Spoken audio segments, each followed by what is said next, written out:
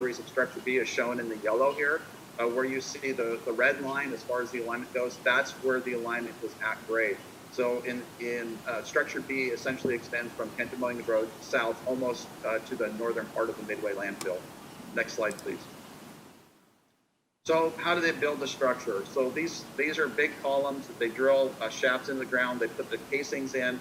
What you see here in this slide, this is on 30th, the north end of 30th Avenue South, and this is looking to the north. KDM's just behind the equipment here. The contractor is installing the casing. These are about 12 foot in diameter. They get those set, drop in a rebar cage, put in concrete, put another cage in on top with the form. Next slide, please. So once the columns start coming out of the ground, this is what they look like, but they're not quite ready for the next step yet.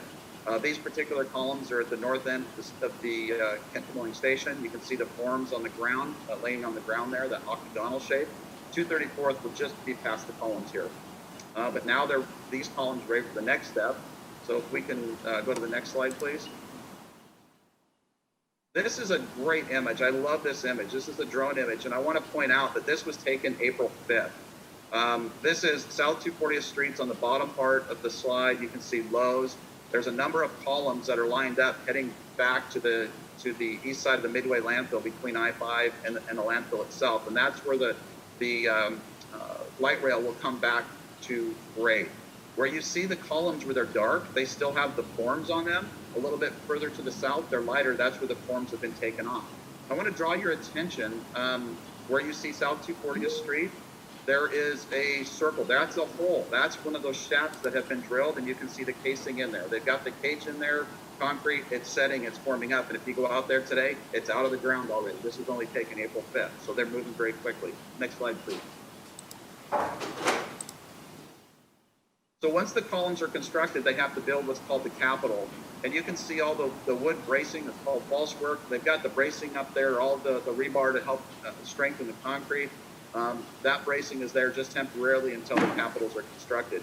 And the inset photo there in the bottom left, you can see the false work being removed on that particular column. And that column on the bottom left, that's at the north end of the Kent to Moines station. So next slide, please. Once they remove all the false work, this is what you have. And this is a photo that you've seen in the past.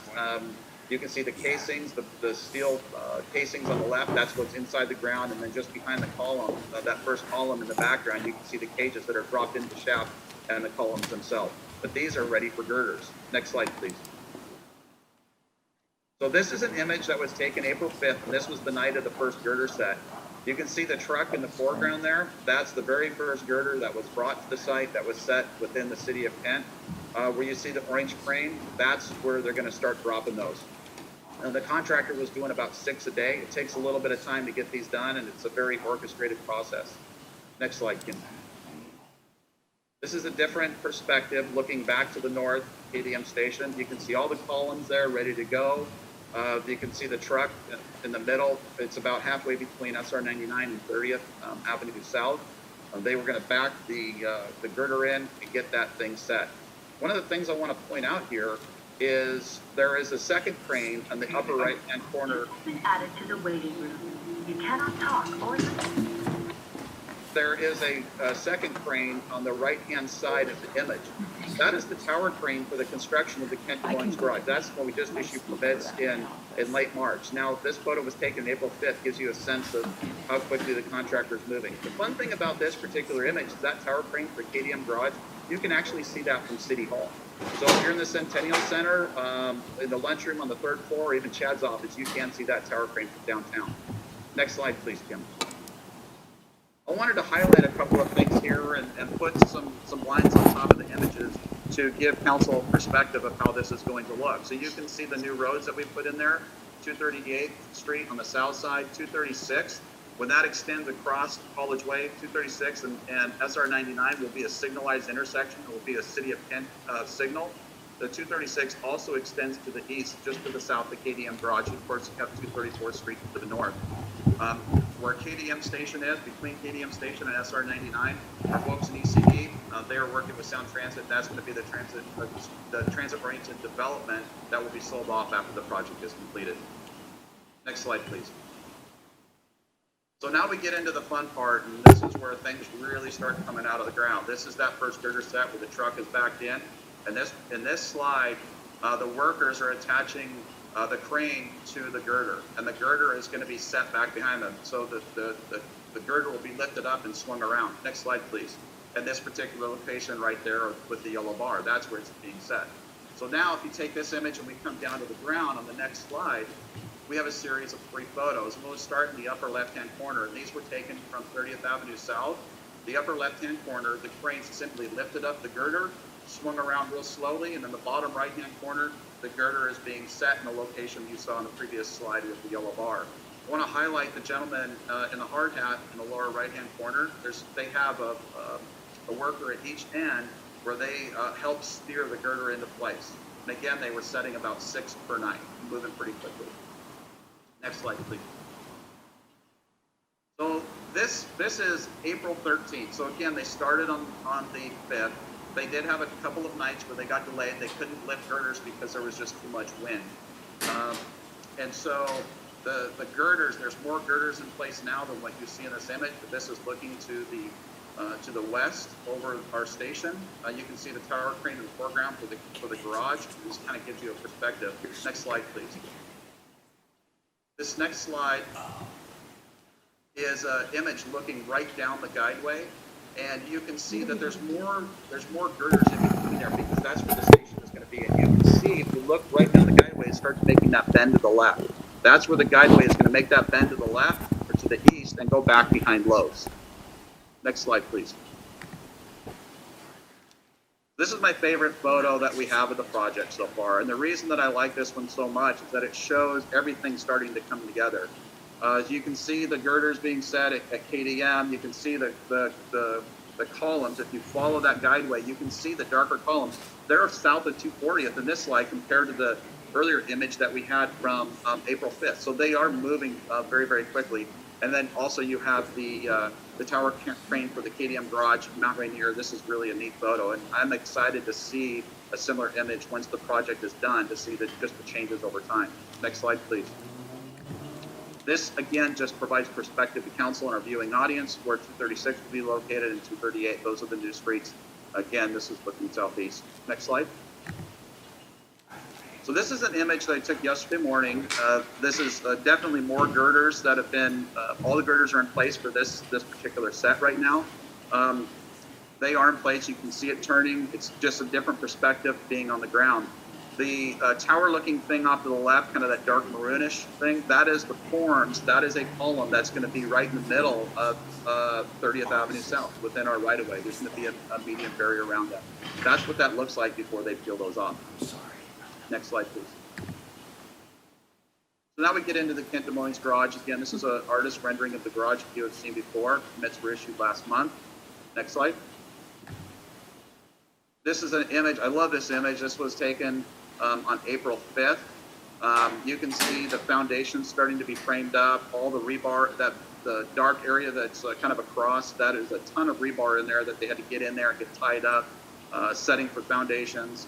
And then just to the east of the gray rectangle, there's that next foundation piece that you can see in the next image. You can see that getting ready for them to go in and set additional forms, and all the little squares just kind of at the bottom of the tower on the outside of the garage, they are moving like crazy getting these things set up. So we'll show these more slides to you as we move forward with the construction of the garage. This slide is taken from the ground on April 13th. They are moving. You can see the cages coming up out of the ground, out of the columns for the garage, pumping in the concrete forms. Next slide. And this was taken yesterday morning where those rebar cages are set up. There's a shear wall right in the middle, just to the right of the tower crane. So you get out there, if you're out there, you will see things coming out of the ground very quickly. And this will be changing a lot over the next year. Next slide, please. So we get into Midway Landfill. We've provided updates to council in the past. We informed you that Key Witt had come up with an alternative to go in and remove quite a bit of waste from the landfill on the eastern side adjacent to I-5. This particular Google image shows that work starting. Most of the waste is out of there right now. And then they're going to go in and construct the wall. Next slide, please. If you drive southbound on I-5 between Kent and Moines Road and South 272nd Street, you can see that wall construction happening. So this is the right where the two yellow trucks are. You can see the foundation for the wall, and then the walls to the further south. Next slide. Get zoomed in just a little bit more. You can see the forms that are set. Concrete pumper truck is there. They anticipate having this done in mid-May. And what they'll do, once they're done, they'll backfill behind the wall. They'll take the liner, get it worked in to connect to the liner over the rest of the landfill, and they'll be able to come in and start constructing the guideway at grade. Next slide. So down in the Star Lake Station area, well, the Star Lake Station area is not as exciting right now as KDM because they're still doing all the prep work they had done over the last year at Star Lake, or excuse me, at KDM Station. But they have done quite a bit of clearing. Utility work has started. There's a lot of that that needs to be done. And then a water line was relocated to allow the drilling for Structure Z. Structure Z, again, that's an elevated guideway over South 272nd Street. The south side is in Federal Way. The north side is in Kent. The water line that had to be relocated was it was on the Federal Way side. And so that all that work is prepped and they're ready to go for Structure Z once depending on the construction sequence. Next slide. So I wanted to just give you a perspective for the next few photos I have here. This is just a reminder of the layout for the Star Lake Station. We have I-5 in the upper left-hand corner. We have 272nd Street in the upper right. You can see 26 where it wraps back around to 28. Of course, we have the station and the garage. The two dots that you see there, those are going to be for the next two slides. The first one's going to be the blue dot with the arrow as far as where you're looking, and the same thing with the green dot as far as which direction that we are looking, because it does look very different out there. Next slide, please. So the blue dot, the bottom inset photo on the bottom left-hand side, that's what it looked like about a month and a half ago. But the contractor's been out doing their clearing, getting everything ready to do all the utility work, and this is the same location, looking at the work that the contractor has done. Next slide. And if we take a step back just a little bit, where the green dot was, this is looking to the south. There's a location of the Star Lake Station, Star Lake Garage. 28th Avenue South is just off to the left here and wraps back around, becomes 270th, comes back into 26th, and connects into 272nd Street. The big thing that's happening here is that the road gets shifted over to allow for the buses to make the bus loop. So where you see the yellow line that arcs back around there, that's where the sidewalk, they're going to build a wall there. The sidewalk will get shifted over, and that work's going to start in about 2 weeks. They've got to get that constructed so they can get the joint use utility trenching. Next slide, please. So moving forward, segment one, the big items are going to be the issuance of the Kent Des Moines Station and the civil permits, completing all columns and caps on structure B, and installing about 68 girders. They're also getting these girders all connected together with the diaphragms and all the other work that they do to get those things connected. For KDM Garage, they'll complete the foundation slab on grade, and they will start to work on level 2 over the next 3 months, and then completing the joint utility trench up in segment 1 around Kent Des Moines Station. Next slide, please. For segment 2, getting the permits for Star Lake Station and Garage out the door, drilling straps, the shaft for Structure Z. There will be a significant amount of utility work down at 272nd Street and 26th Avenue. We did have a meeting with the Greenfield Park HOA in early March.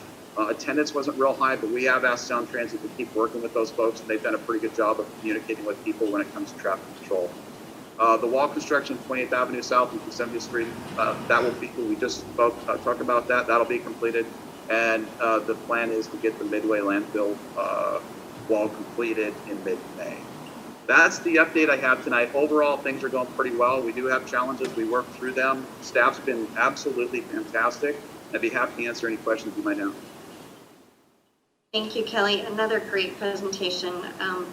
I'm guessing for some of my colleagues it's the same, but visualizing things is way easier than looking at a map or some illustrations. And I just love it when you share all of the aerial photos from the drones, and getting to see this progress is really cool. Thank you. Anybody else have any comments or questions? So, Madam President, yeah, thank you. Hey, Kelly, I heard you say we on schedule and everything's going fine. So, that, with the COVID and everything, we still pretty much where we need to be. Yeah, that's been really interesting. I was really worried that we were going to have issues with COVID, but I think we were really lucky that we got about a year and a half under our belt to establish relationships. And early on, Eric Connor, from our construction manager, I went and I talked to him, and he said the most important thing you need to do right now is get those relationships established. And so it wasn't just me, but it was everybody on staff doing that. Once we went to online, it was like a week and a half, and we were doing things online, and that was great. And I was pleasantly surprised we've been able to work through that. I think a lot had to do with you. I know the mayor and Derek both put you in charge as the liaison, and you've done a phenomenal job, really, just really outstanding work. So I really, really appreciate all your hard work and your team as well. Thank you. Anyone else have any questions or comments? All right, thank you again, Kelly. Can't wait to see the next update. Thank you. And now I think, are we going to welcome Matt Gilbert to talk about the downtown garage? Thanks. Good evening, Council. Well, I guess I get to tell you about a project that is at the absolute opposite end of the spectrum from Kelly's fun update. It's always satisfying to see things happening. Like you said, Council President, just being able to visualize is very helpful. But we're at a very abstract point with the downtown garage, or at a very much more abstract point, I guess. But this has been affected by COVID. The projects are all kind of are paused, although there's a lot of thought that's going into what unpausing looks like. So I have a little bit of information there. So Kim, if you could go to the next slide, please. In case anyone is foggy on the details, this is the downtown garage is slated to be a 534 stall garage, plus bus, plus pedestrian improvements, plus bike improvements and traffic circulation changes in the area. So this is part of the ST2 plan approved back in 2008. It was subject to a realignment discussion in 2010, which delayed it. So now we're looking at yet another realignment conversation that will affect this. So just the history so far is mostly that we agreed with Sound Transit in 2020 to locate the garage at just north of the station now at Railroad and James. So that's highlighted there in yellow. Next slide, please. And so there have been some staff presentations to the Sound Transit Board recently, so I have a little bit of new information. One of the things that that staff is emphasizing to the board is that there's a lot of demand for parking within the Sounder system. And so they shared these numbers, which I'd like to share with you, that 1,900 riders per day originate in Kent, and 63% of those arrive by car. Now, most of those are single occupancy, some of them are carpools, even fewer of them are drop-off, but there's a lot of vehicles that are arriving in downtown Kent every day. Now, again, this is pre-pandemic, so we're kind of assuming that, and it is an assumption, that we will get back to pre-pandemic levels. So that's our framework here. Before the pandemic, the garage was 97% used most days, and the parking lot had some unauthorized parking, parking in stalls that weren't really there. So they were at 103% capacity. So the demand is strong, and it is actually increasing at all of the locations throughout the Sounder system. They're tracking this. They track it pretty closely, and it's obvious that more and more people are using that service and more people are driving.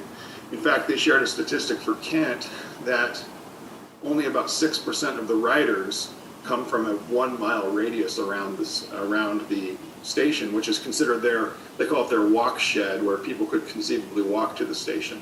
So the Sounder does come with a lot of cars, and that's increasing. So next slide, please.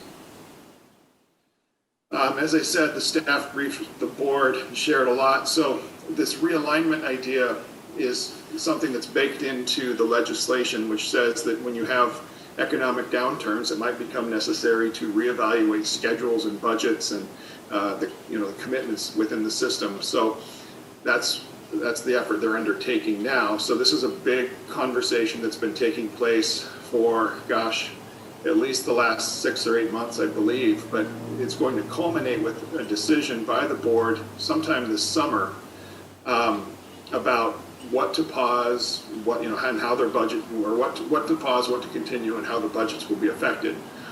They're facing a big revenue shortfall that comes from, you know, loss of ridership, loss of tax revenue, both associated with COVID, and then at the same time they're experiencing skyrocketing real estate prices. So it's sort of a double whammy for them that they need to make some decisions. So right now they're discussing the Kent, Auburn, and Sumner Garage projects as a unit, because I think they were all approved with ST2. They have a lot of similarities. They're on the same leg of the sounder, and so they're eyeing that as a unit. So what they pointed out for Kent is that considering the property acquisition costs, the garage costs, and all the improvement costs, they think overall it's about a $111 million project. It was interesting to note that only about $37 million of that is for the garage structure itself. The rest of that cost is for all the other improvements in property acquisition, administration, environmental work, etc. Next slide, please. So they're estimating right now that the budget, that their current financial plan is to spend about $90 million on this $111 million project. So they're about 20% under budget as the budget stands right now. So the staff is looking at possible cost-saving measures, and one of those would be, as I said before, to combine Kent, Auburn, and Sumner into one contract, so they get some efficiency there. So it's more of a system-wide, or not system-wide, but it combines, you know, several similar projects under one. Similar to what Kelly was showing, you know, you've got this linear project basically at that point where they can get some efficiency. Another option they're looking at is standardizing the garage designs, where they'll just kind of have a cookie cutter type approach that they figure that would save on design and construction because there's efficiency there. Of particular concern is that they're considering, again, no decisions, but they're considering reducing the scope of the project, or actually projects. But for us, they haven't specified, but they're kind of presenting a menu of possible options, including dialing back some of the roadway improvements in the area. Perhaps they would propose building fewer stalls.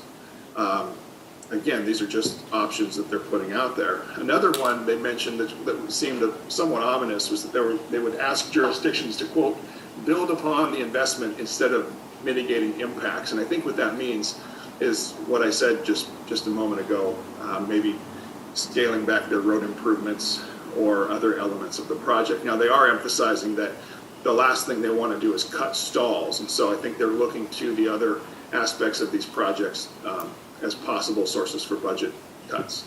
Next slide, please. Councilmember Thomas, did you have a question? I do. Matt, I'm concerned about reducing that scope, particularly as parking stalls like you just mentioned, because one of the things that, well, you're at 97% and 103% already on what you had in the past, and now we're going to, you know, add more stalls, which is great, but it's going to be filled up, I imagine, with that many riders. And I can remember when I was on the King County Council, the only one of the few things that I really did get done was that I added the extra garage floor on our parking garage on Smith there. And that has been a good thing because we use that a lot and it gets filled up fast too. So I'm really concerned that we have forward vision on the amount of stalls that we're going to have. And I would really hate to reduce that number. Does that make sense? Absolutely, yeah. So they, like I said, they are presenting this kind of wide range of options, they being the staff, presenting that to the board for their consideration through realignment. But I think the tenor of the presentation, I think, really focused on that demand. And careful to state that cutting stalls would be probably the worst thing, or one of the greatest impacts that they could have, and negative impacts that they could have.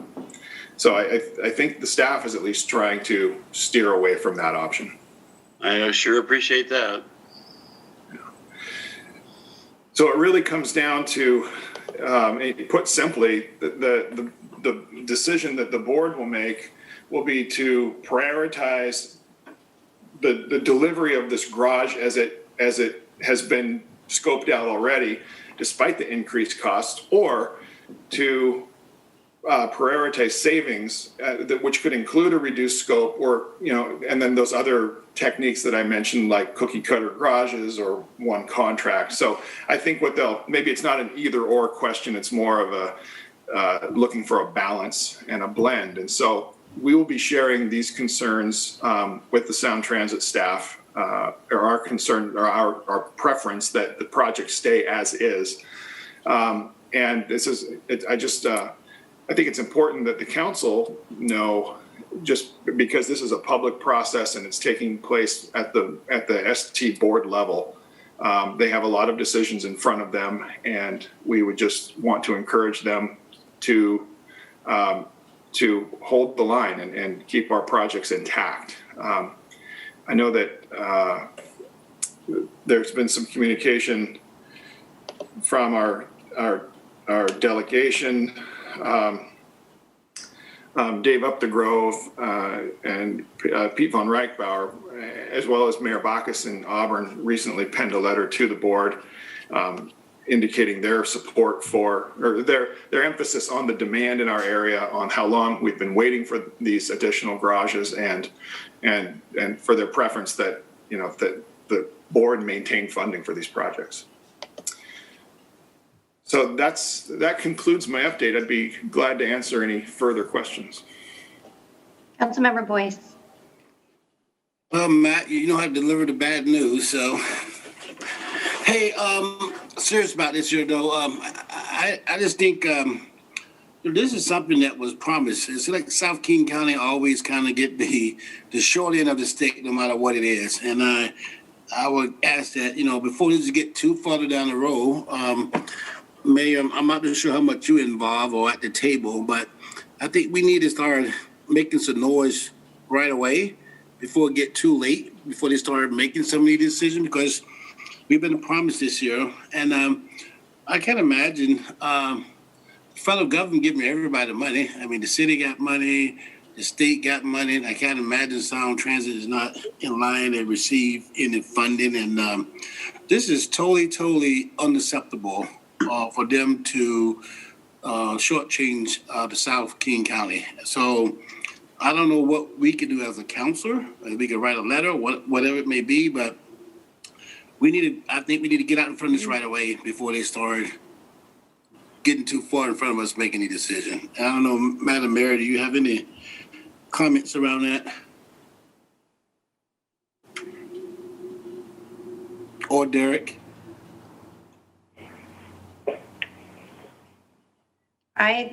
Let's let her, I think she stepped away from her computer, but I think she sits on that board as well. So that's a really great question, Councilmember Boyce. Councilmember Fincher. Thank you. Madam Mayor is talking actually with Derek. They are discussing something right now, which is why she didn't answer you. But I wanted to point out that we have had concerns from the very beginning of this project about having roughly 500 stalls. That's about half the number of stalls that they have at both Angle Lake and is planned for Star Lake, even though Kent has a much greater population than either of those two cities. So with that, with our own population, knowing other people come in, I think we need to fight hard not to have the number of spaces reduced. If anything, I was more or less hoping that Matt would come tonight telling us they decided to add on an extra floor. Oh, yeah. Thank you, Councilmember Fincher. Councilmember Larmer. Thank you, Council President. Yeah, I just want to echo, what my fellow council members are saying, that we need to get ahead of this. And Bill, I like the idea of a letter. I think, if we could, I think it'd be important too to also show in that letter evidence of us, promises made for how long they've been telling us about this, how much do they deliver in services and construction in South King County versus other areas of the sound, and just really outline our argument that we continue to get the short end of the stick. And then when there are budget cuts and things to be cut, they tend to look here first. So I would support, and I'm sure Auburn City Council would join us too. So maybe it's a combined letter from the councils with, but that's very evidence-based too, and just really illustrating some of the struggles we've had to get adequate and equal service down here. Thank you, Councilmember Lammer. Councilmember Kaur. Thank you, Council President. My colleagues already said what I was going to say. We definitely need to start advocating for King County and start asking questions on, we should not be the first ones on the table to be cut. I'm sure they are looking at other options, but maybe Matt, that they're discussing maybe other projects, trying to reduce costs and trying to reduce project scope on other projects, because I'd hate for them to do this to South King County over and over again. I apologize. There's a lot of taller messing with me here. So I agree with what my colleagues said, and I would be happy to advocate for our community with our Sound Transit Board. Thank you, Councilmember Kaur. Councilmember Thomas. Thank you, Council President. So I like the way Brenda's thinking. In fact, in the letter, sometimes you got to start up high, like wanting an extra floor, and then maybe you can get what you originally wanted. That's kind of the way the game's played there. It's really good that you've got Dave on hand and Pete, and I'm sure we're going to get sympathy from Reagan and Kathy, and I don't know the other two, but anyway, that would really help to have those guys kind of spearheading it along. So Bill is absolutely right. A letter is a great idea, and I thank you for mentioning it. All right. Anybody else want to comment? All right. Given some good ideas and great suggestions. So I got a question for Matt. So Matt, what's the next step? I mean, where are we at in their schedule? Do you have a schedule for us when they're going to meet the board and all that, Matt? No, not exactly. They're working. Like I said, they just met on April 8th. I could look at when their next meeting is. I don't have it in front of me, but what they've been saying is that this realignment decision is coming sometime in the summer.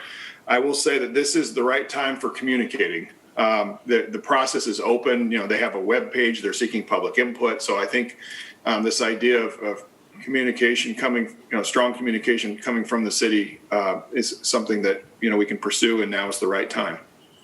Madam President, I wonder, would you be willing to maybe reach out to the Auburn Council President, and then maybe we can do like a joint letter and send out to the right people, try to get out in front of this here. absolutely. Great idea. Thank you. Madam President, let's see. Madam President? Mm-hmm. Bill's got the right idea. I think it's really effective if you personally, the mayor and each council member sign individually. That's pretty powerful when they see that and they receive a letter like that with that kind of backing. So Bill certainly got the right idea here. Thank you, Bill. Great. I think this is a good conversation, lots of good questions, and I think that we can figure out something that we would all agree would work. And I would definitely make sure, everybody's on board with putting something together, whether it's individually or we all sign on, or we do something where it's a combination of both. And then you guys can give your feedback on if you feel like that's the right way. Thank you. All right. Thanks for the feedback. Yeah, thank you so much. We are going to move on to the next presentation, which is KHOP, which is Kent Housing Options Plan. And Hayley, are you going to start us off? Yes, I'm just going to introduce our team here. So we have a two-part presentation this evening. Good evening, everyone. I'll stay on video for just a moment and then probably go off because of last time. I remember I had some very nerve-wracking technical difficulties, but I've been dangling this study that we're going to talk about tonight for quite a few months. So hopefully you all remember that we wanted to really go in depth on studying possible preservation policy strategies for our mobile home park communities and really get a better sense for that housing type within Kent. So we have our team here this evening that's going to go through that. I'll introduce them in just one moment. And then I'm going to come back and Kaelene and I are going to walk you through the strategic policy objectives chapter of KHOP. So this is really pulling all of the things we've been talking about for about a year together into one list of policies. So a lot to get through, but as was noted earlier, we are known for our speediness. So I'm really pleased to introduce Dawn Couch from Burke, who has been leading up this effort and I think has become a real resource for us, both from actually having spent probably more time going around through Kent than I have lately, certainly, and also for just really diving into all of the details of mobile home park regulation and all this. So I encourage you to ask her any questions you have because I know she's just incredibly knowledgeable. So Dawn, I'll pass it over to you. Thanks so much for being here. Thank you, council members and Hayley, for having me tonight. Just a quick check that you can hear me. Okay, I'm seeing nods. As Hayley said, my name's Dawn Couch. I'm with Burke Consulting. I'm one member of the team that worked on the Kent Manufactured Home Preservation Study. Tonight, I was just going to do a brief presentation at a very high level. I'm trying to be disciplined about not getting into the weeds so that we can save as much time as possible for your questions. Next slide, please. So tonight, I know Hayley has mentioned the study. I'm going to give an overview of what the study included. So starting with the purpose and goals all the way through some of highlights of findings. Next slide, please. All right. So the primary purpose of the study was to increase the city's understanding of the conditions of manufactured home parks in the community. So it was really focused on the manufactured home parks as opposed to manufactured homes that might be sited in a residential neighborhood. The large focus, a lot of the project activities was just collecting information on the conditions within parks, including some information about the homes that are within. So there's questions around the parks themselves as a neighborhood, and then individually as the homes. In addition to the data collection, we did a lot of work, kind of background work on the regulatory environment and identifying resources, models, and tools that are available to the city of Kent, as well as manufactured home park owners and tenants. Next slide, please. So the study had a couple of components. It wasn't just one report. So the first thing was an assessment tool. So it was focused on park conditions at the neighborhood level as opposed to unit conditions. We developed an initial tool and then pilot tested it in the community and made revisions. So this is now a resource of the cities. The assessment tool focuses primarily on life and safety risks in manufactured home parks and compliance with Kent's existing regulations. In addition to that, we compiled a resource options toolkit. This kind of acts like a desk reference for city staff. It includes information on resources available for improving conditions in manufactured home parks, legal protections of manufactured home park owners and tenants, and then sort of policy and program models from other jurisdictions that can help inform Kent's strategy development. We created a manufactured home park inventory, which is a compilation of all the data available and all the data that we gathered. And that's really for looking kind of at individual parks. And then finally, we developed a summary report that answers the city questions and provides a set of recommendations to the city for supporting the residents in these communities, improving park conditions, and encouraging manufactured home park preservation in Kent. So the next two slides kind of give a really high-level overview of how we did that work. And a big component of that was the stakeholder outreach and input. So we became under contract in November of 2020, and so that means we're conducting our outreach between December 2020 and 2021. Stakeholder input, including resident input, was a huge priority in the study, and so we were conducting that outreach over the 4 dark months of winter, and also during the Stay Home, Stay Healthy order. So there are a lot of the typical engagement activities that you would use for community and neighborhood outreach were not available to us. So I'll talk a little bit more about how we ended up going about it, but essentially we developed an engagement strategy focused on 1, park residents, 2, park owners, and 3 basically experts and service providers that work with manufactured home parks. Next slide. Thank you. So we started working with phone interviews and kind of discussing with agency representatives of folks who work with manufactured home parks.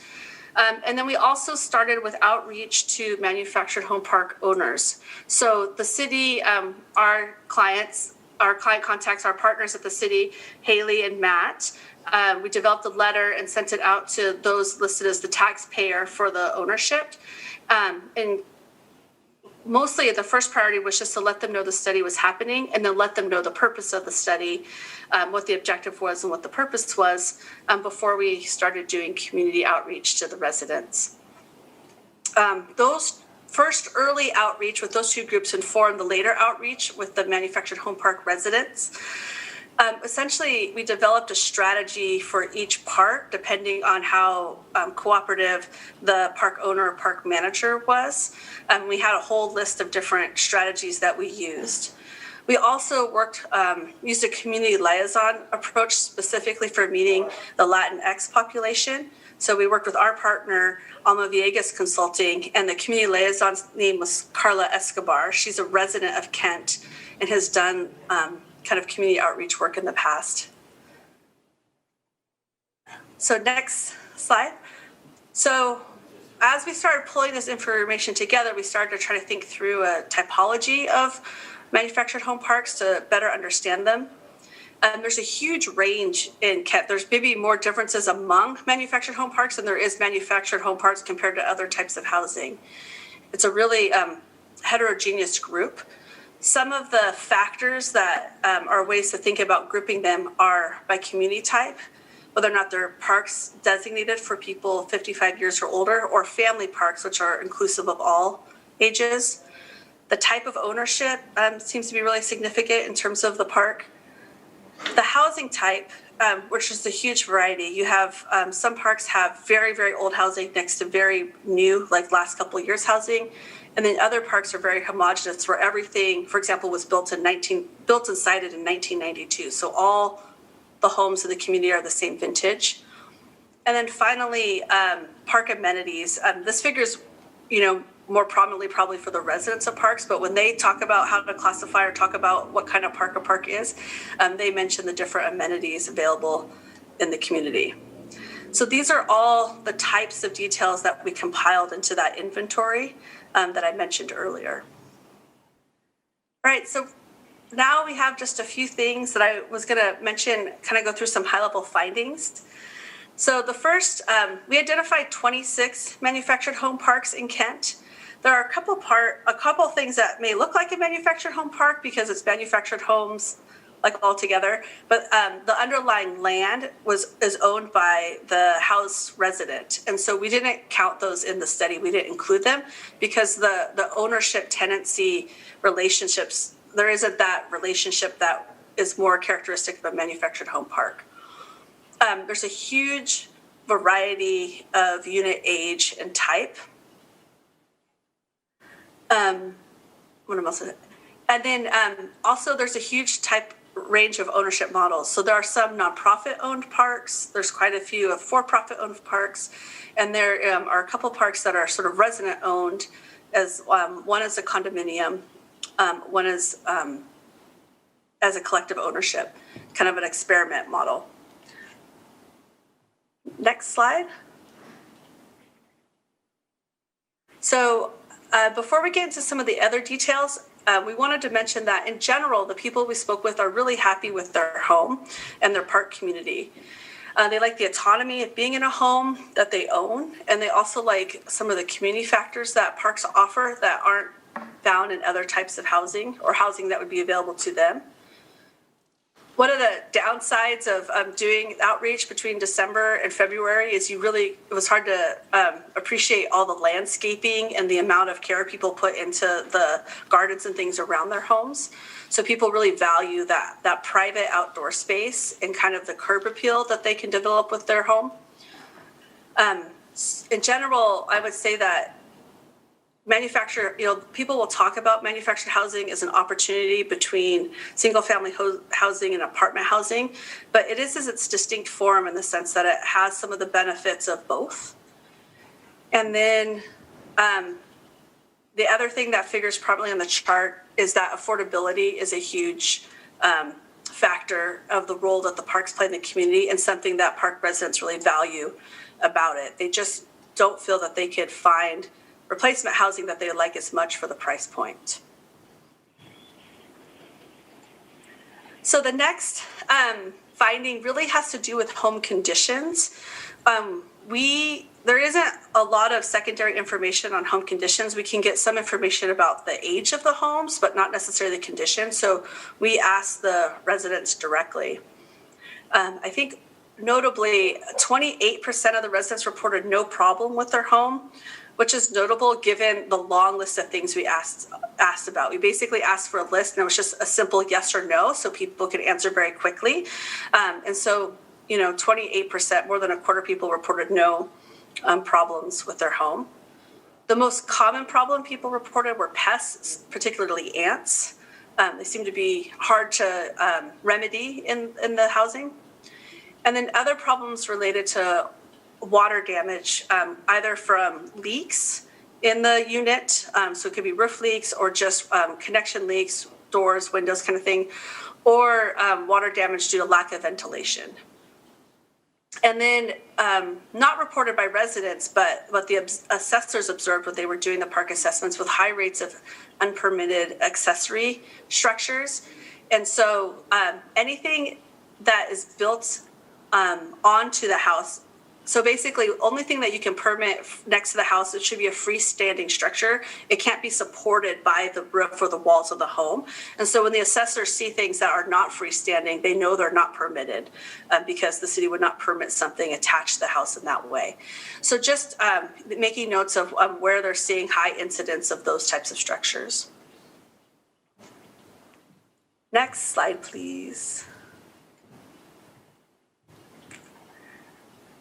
So this is speaking a little bit to the affordability option, the affordableness of manufactured home parks and the option they provide Kent's residents.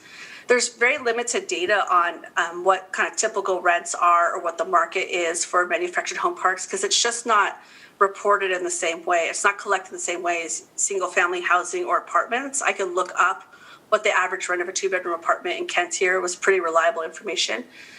So since there isn't that data available, we just asked residents what they paid for rent. And that helps us understand the roles that the parks play in the community and how it figures into the household needs. So this chart, we basically estimated monthly housing costs based on a lower market. So this would be kind of the 35th percentile of housing costs in Kent. What we're seeing in the manufactured home parks in the yellow, and then the apartment rents for 1 or 2-bedroom apartment in Kent in $2020. Councilmember Lerma, you have your hand up. Yeah, so I had a question. So the rent payments of $575 to $1,100. Do we know how that compares bedroom-wise? I see the apartment rents are on 1 to 2-bedroom. Is it fair to say that most mobile homes are generally going to be, you're going to get more bedrooms than you would in an apartment? No, not necessarily. There are a lot of so these are rents people pay in lots, and they could be for a manufactured home, a single wide home, or a double wide home. So, a mobile home is what I meant to say. Excuse me, recreational vehicle, mobile home, or like a double wide manufactured home. So some of those are actually quite small and would be considered, I think, more equivalent to like a studio apartment. The single wides usually have at least 1 bedroom, and the double wides usually have at least 2 bedrooms. And we just, when we looked at the data for apartments, we only compared it to 1 or 2 bedrooms, not 3 or 4 bedroom apartments, because we felt that was more comparable in terms of household size or housing size. Okay, great, thank you. Okay. All right, next slide, please. All right, I'm speaking really fast, so I apologize if it's too fast, but we're rolling. Okay, so the other part of the study, we've collected so much information in the inventory. The city asked us to help them think about how to group these parks in terms of what would be a priority for city action. So we basically looked at a number of factors to sort of bin the parks into these groups.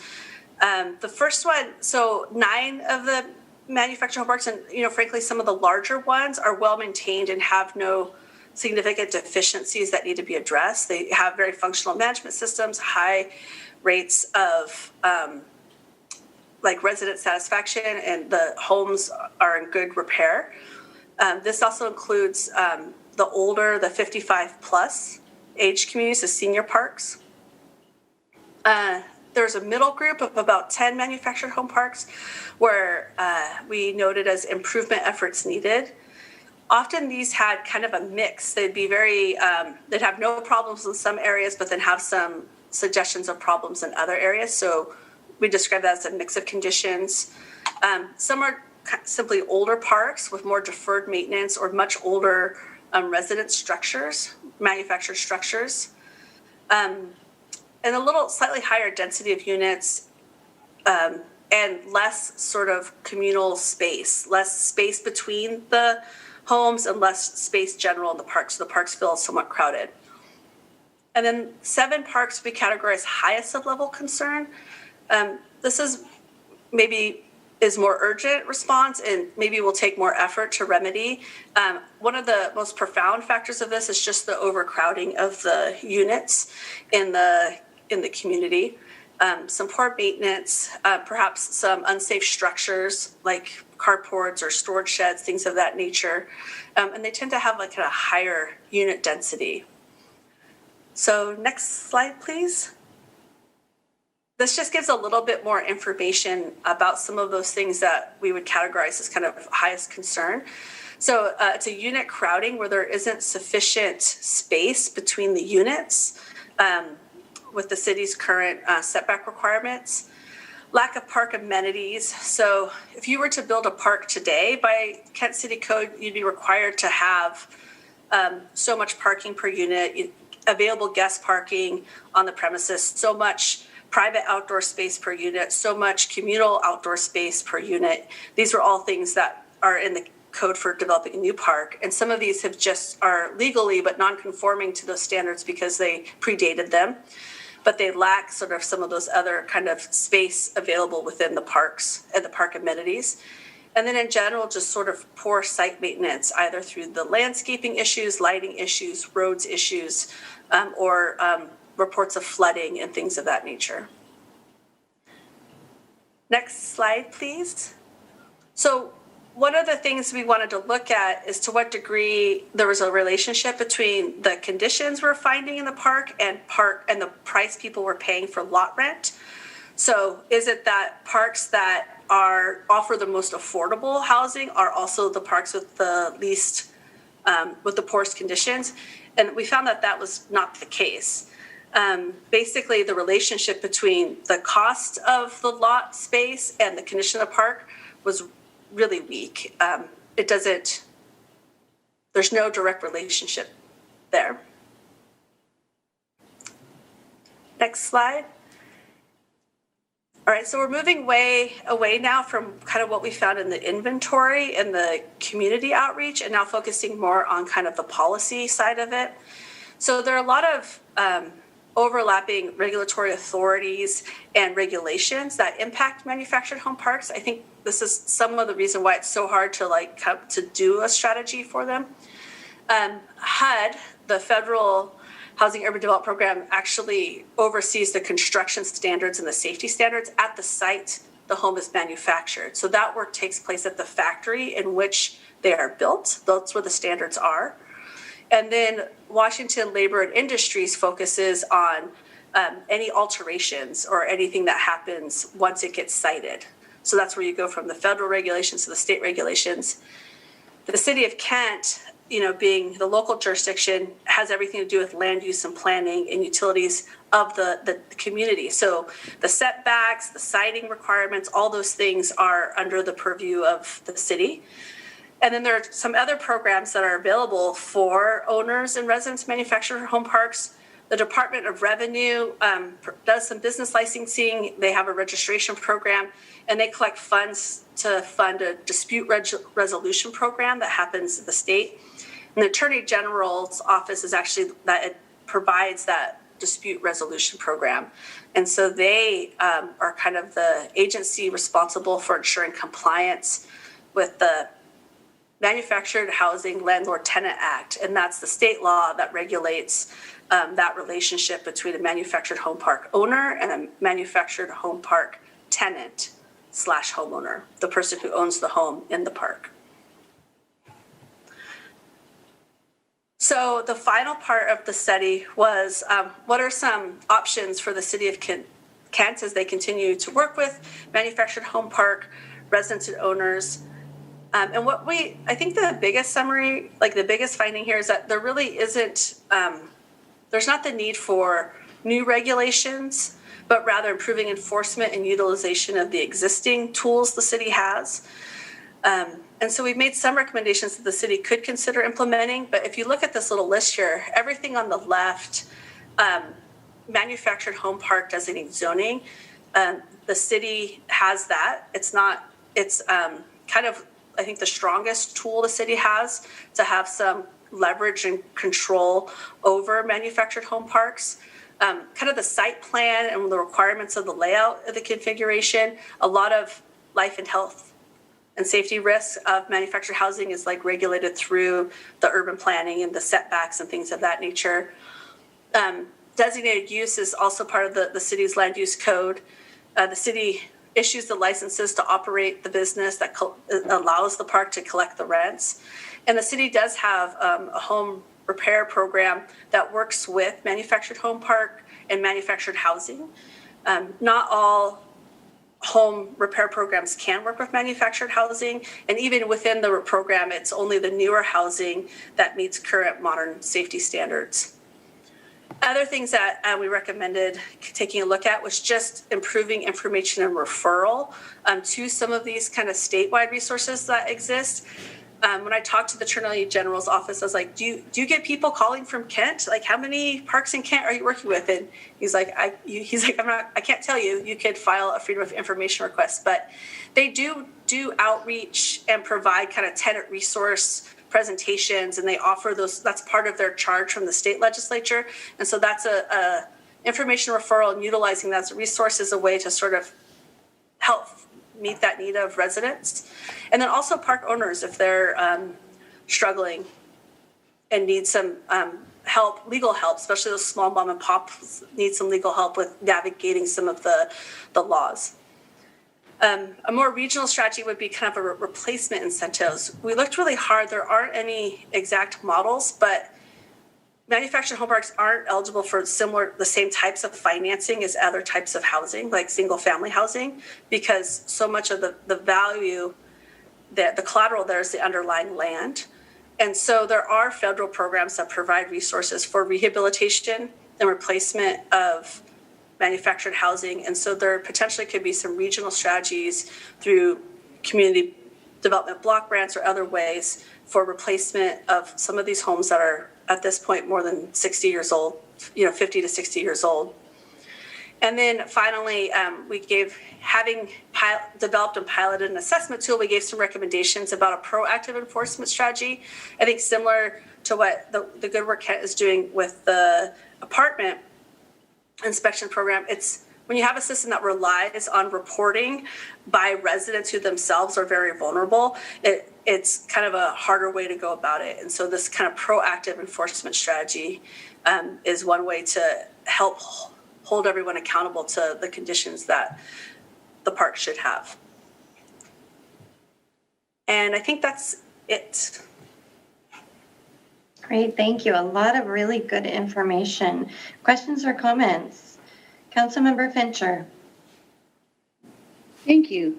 One of those numbers, there were over 50% of the residents who responded that they had bugs, rats, different sorts of pests.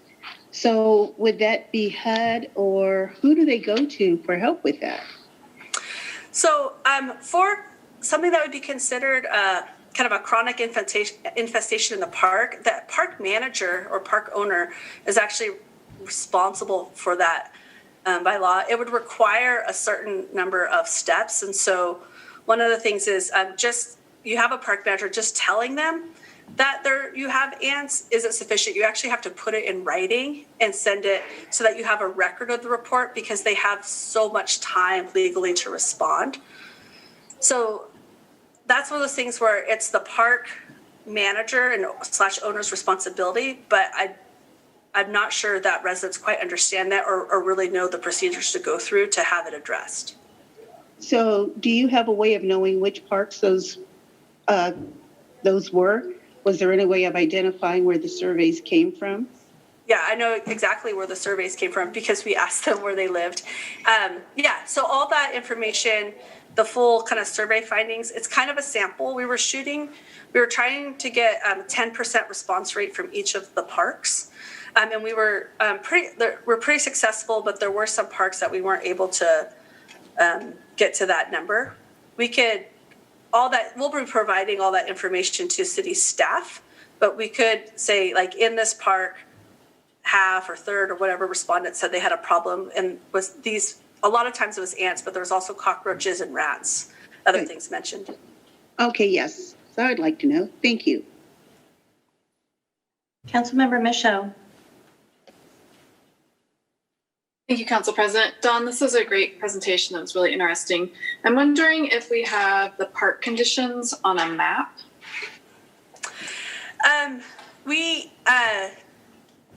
I have it. I didn't put in the presentation because I didn't want to go into like kind of park by park details. So it is in the report, the park conditions on a map. And then also we developed these little kind of cut sheet profiles of each of the maps so that you can kind of see some of the factors that gave it that conditions rating. Maybe should I pull it up or should we answer other questions? No, I can look at it later. Okay, thank you. Thanks. Thank you, Councilmember Larmer, followed by Councilmember Boyce. Thank you. Yeah, Don, this is a great presentation. It's something, that we've been, needing for several years in Kent. Couple questions and comments. So I'd be interested in finding out on the pest thing. I'd be interested in separating out ants, just because I live in a single family residence and this is ant season. And so, I don't know how much of that is just the fact that East Hill is one big ant hill. And so I'd be interested if we could find out how much of the pest problem was other than ant issues. And then I'm assuming it's in the report and just wasn't detailed here tonight, but I know as we went into this, I was really interested in, in those mobile home parks that are in that green and yellow category that were in good shape and maybe, just need a little help. I'm interested in the preservation efforts of how do we make sure that those, the properties, the underlying land is not sold out from under, the residents and, the legal strategies there and what's in place. Yeah, that's a really good question. And I was thinking today when I was watching Mr. Peterson's presentation of the light rail development, I was like, I've been to that park and that park and that park. Every scene had 4 manufactured home parks there.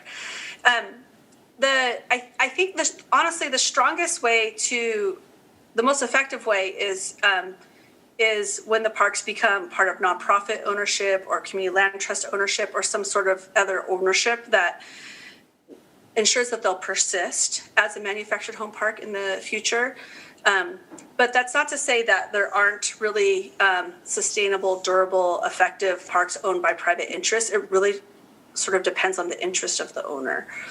And so the owner's rights to the land are immutable. So the city's done really important steps of establishing the manufactured home park zoning. So there's at least a public process the city has a role to play if someone applies to put that into a different type of zoning. That also gives residents at least some access to procedural rights that they wouldn't have otherwise. For some of the parks, honestly, they're not likely to stay in manufactured home parks for a lot of reasons. They're not in manufactured home park zoning. They're kind of a different era. They don't anywhere meet current standards, and it would, without clearing the whole site and starting over, it would be really difficult to bring them up to standards. So in that, you're looking at opportunities for relocation, and potentially building some capacity in existing other parks or areas where there is available land, so that people have a place to go. Because I know, I think your chart showed it well. What I hear anecdotally is that there's no, where else are you going to find, a 1 or 2 bedroom for $800? I mean, that's just unheard of, Sure. And so I know, like, even in the regional conversations on affordable housing, this is seen as one of the few types of inventory we have to address that, that 30 to 40% API, which is just so hard to come by. I think the other notable thing is that there hasn't been a new manufactured home park built in the county in at least 20 years. There just isn't, there's no new supply coming on. The parks, some of the parks in Kent were kind of older seasonal communities, on Lake Meridian, north end of Lake Meridian. That was a kind of a seasonal kind of thing, and now it's permanent housing. And so there will be continued demand because of the affordability they offer, but there's been zero additional supply. And so preservation is an important part of it, but preservation, there will still be some displacement, thinking countywide, given that. Okay, thank you. Councilmember Boyce. Thank you, Madam President. I feel like you gave us some information, and I feel like we should be doing something with it, but I'm not sure what we should be doing with it, right? And I understand owner right. I'm a big advocate, as you know, for owner rights, but some of this just doesn't feel right. And I don't know, like, we got all this information, and I don't know what we could do. So maybe you can help me with that. Yeah. Or can we do anything? So it's, in working with Hayley and Matt, I think there's a lot of the study, really, when I said at the very end, is just learn more and better understand manufactured home parks in the community. That was really the charge to us as part of the study. And we might have kind of buried them with a fire hose in terms of all the stuff we pulled together and kind of the decision making, the circumstances under which they're trying to make decisions.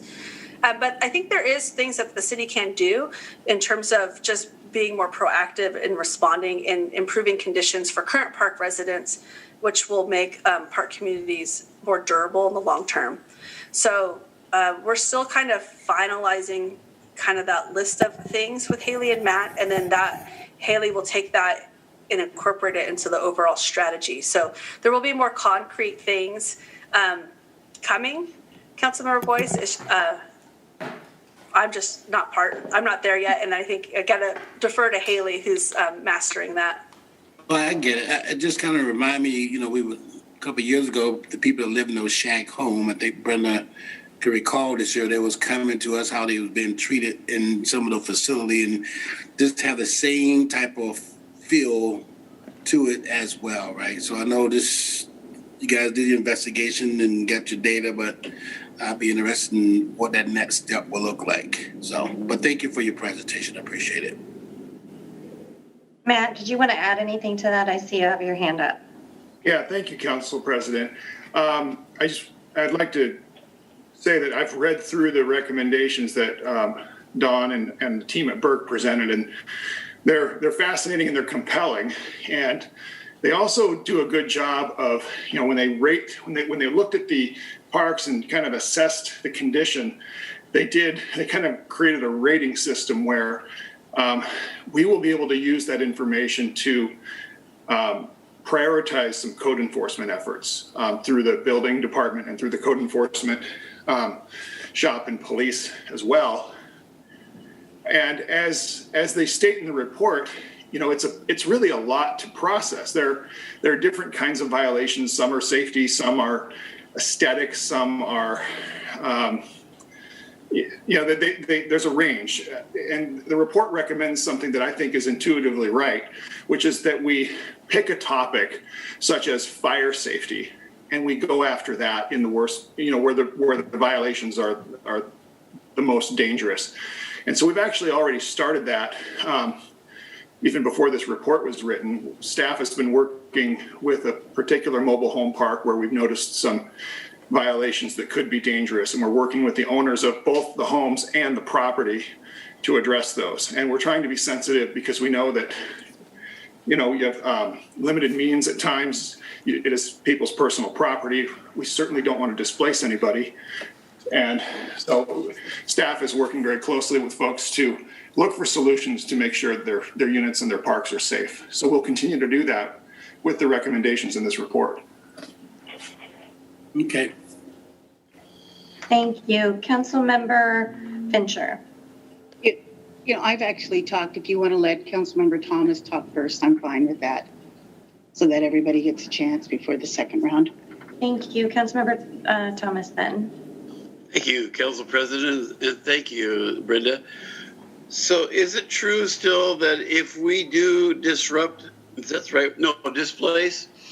a manufactured home area, that we have to supply it with the same or comparable type of situation? I recall two events. One is on East Smith Street across the UP tracks there, and there was some displacement there. And then also, it may not be Kent, but what they're doing up on 509, and they had to displace a large mobile home park.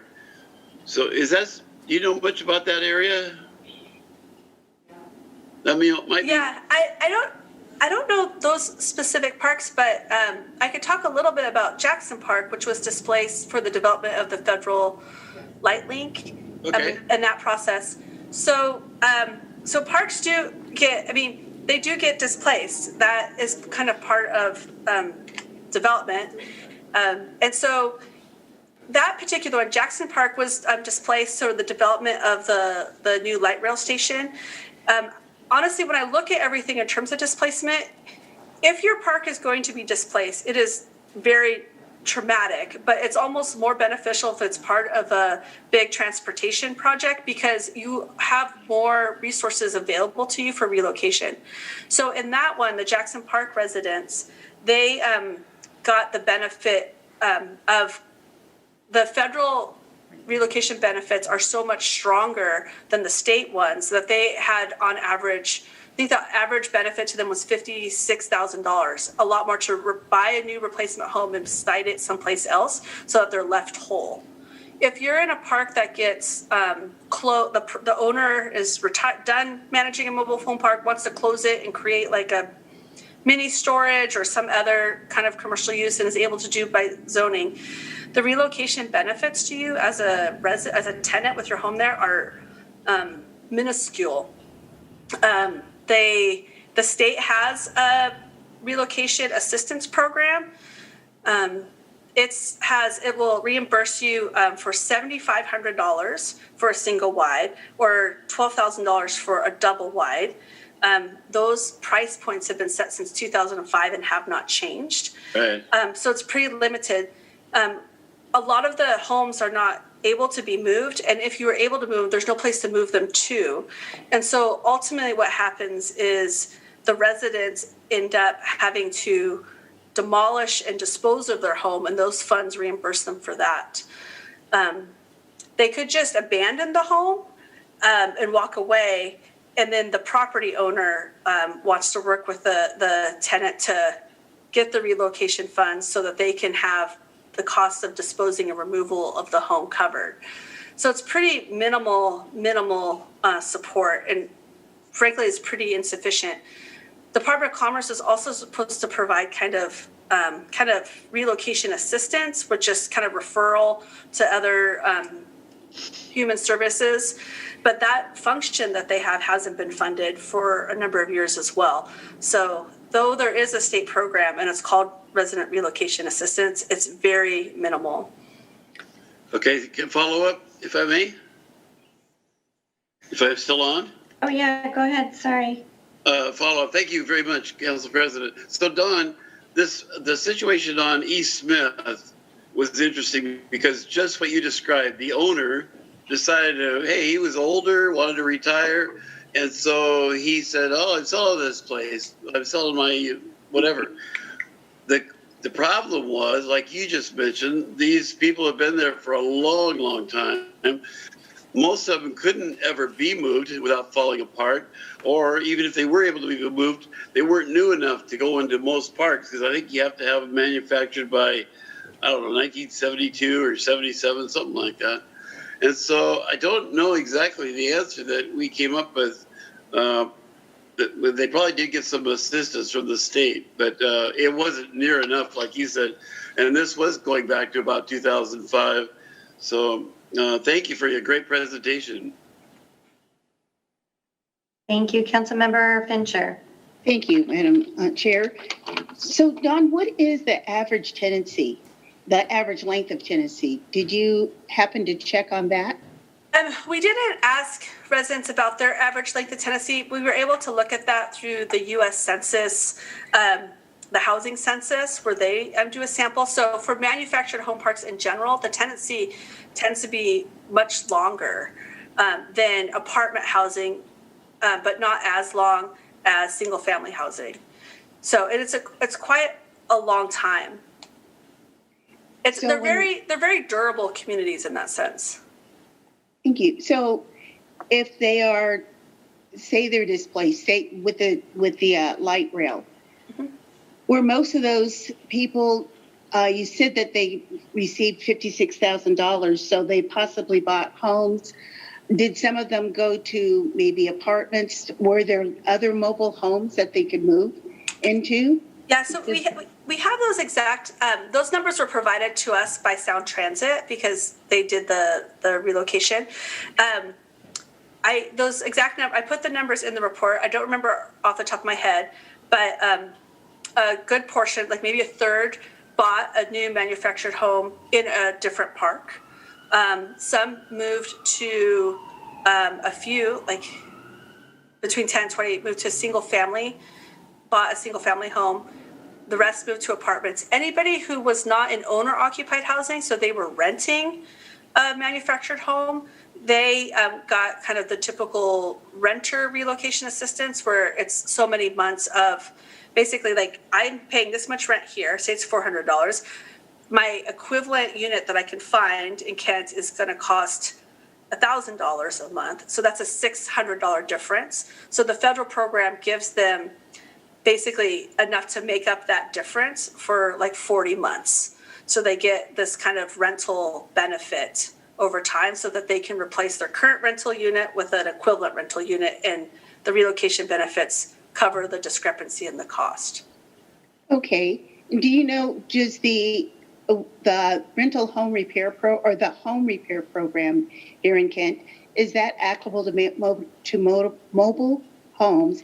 And is it applicable to motor homes or mobile homes that the tenant is a renter? So my understanding is it's only available to ownership housing that's owner occupied, and the city they'll repair, like say they need a new roof, like the city will work with the tenant to put a new roof, but they can't put the new roof and leave like exposed plumbing or exposed wiring. And so they need to make sure that the home is up to code when they do the improvement. So they do the one remedy, but the rest of the home has to be up to code.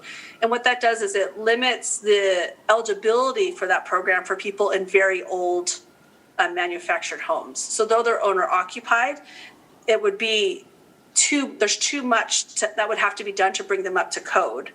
And so they're ineligible for the program. Thank you.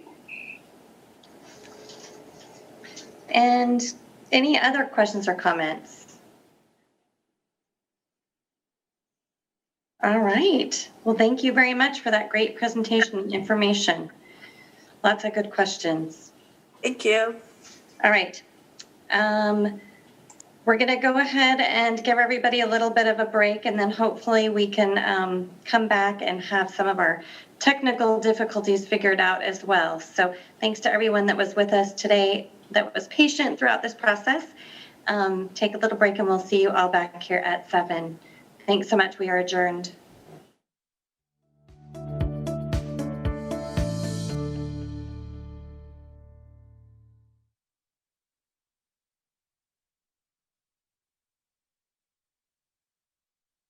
Trust there that they would play, and I always feel there's nothing to lose.